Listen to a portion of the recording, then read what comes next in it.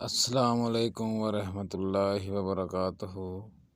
दोस्तों, क्या हाल चाल है। उम्मीद है कि आप सब खैरियत से होंगे।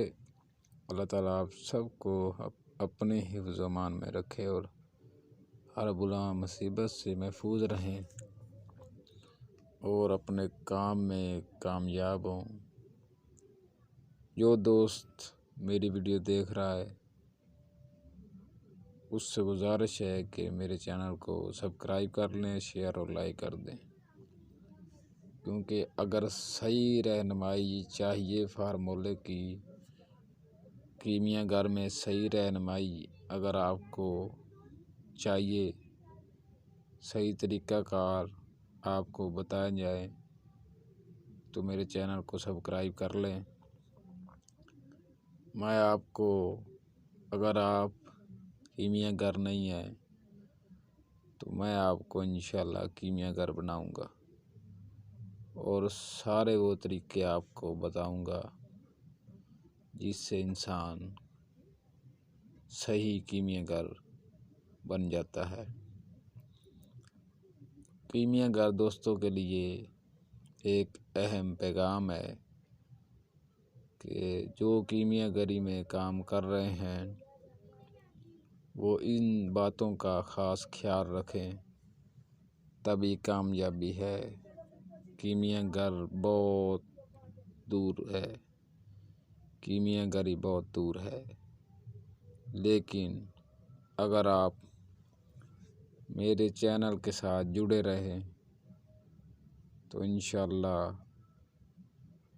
आपको कीमिया घरी में बहुत इल्म हो जाएगा और कीमिया का मतलब भी पता चल जाएगा कि कीमिया घरी होती क्या है और कीमिया घर किस तरह बनते हैं।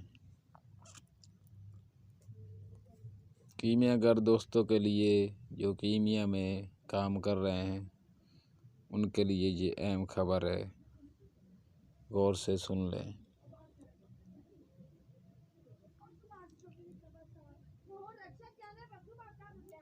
नुस्खा में जिस कदर अज्जा हों वो आला किस्म के इस्तेमाल करने चाहिए, ये आपको अच्छी तरह पता होना चाहिए।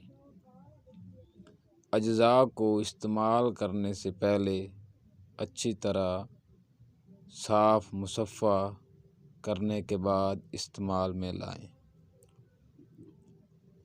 तीसरा तरीका, अक्सर पानी लगने या हवा की रतूबत से ख़राब हो जाती है। चौथा तरीका, नुस्खा में जिस चीज़ की आग हो उसी की आग देना ज़रूरी है। पांचवी बात, शीशी में अक्सर डालने से पहले इसकी रतूबत खुश्क कर लें।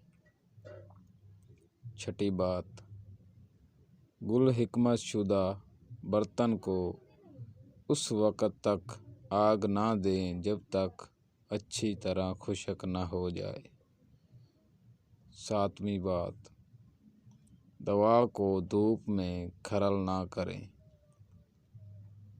आठवीं बात, नुस्खा के अज्जा को खरल करते वक़्त गर्दो गबार से महफूज रखें। नौवीं बात, नुस्खा के जो अज्जा मुकर्रर हों उसी कदर डालें, कम व पेश ना करें। 10वीं बात, आग देने के बाद बर्तन को आग से ना उतारें। जब बिल्कुल सर्द हो जाए तब उसको उतारें। और मैं आपको वो तरीके भी बताऊंगा। लोग सिर्फ कीमिया घरी कर रहे हैं। कीमिया घरी करने के लिए पहले पाक साफ होना चाहिए। कीमिया घरी में काम करते वक़्त कुछ अमल भी होते हैं जिन्हें करना पड़ता है। तब ही उस काम में कामयाबी होती है।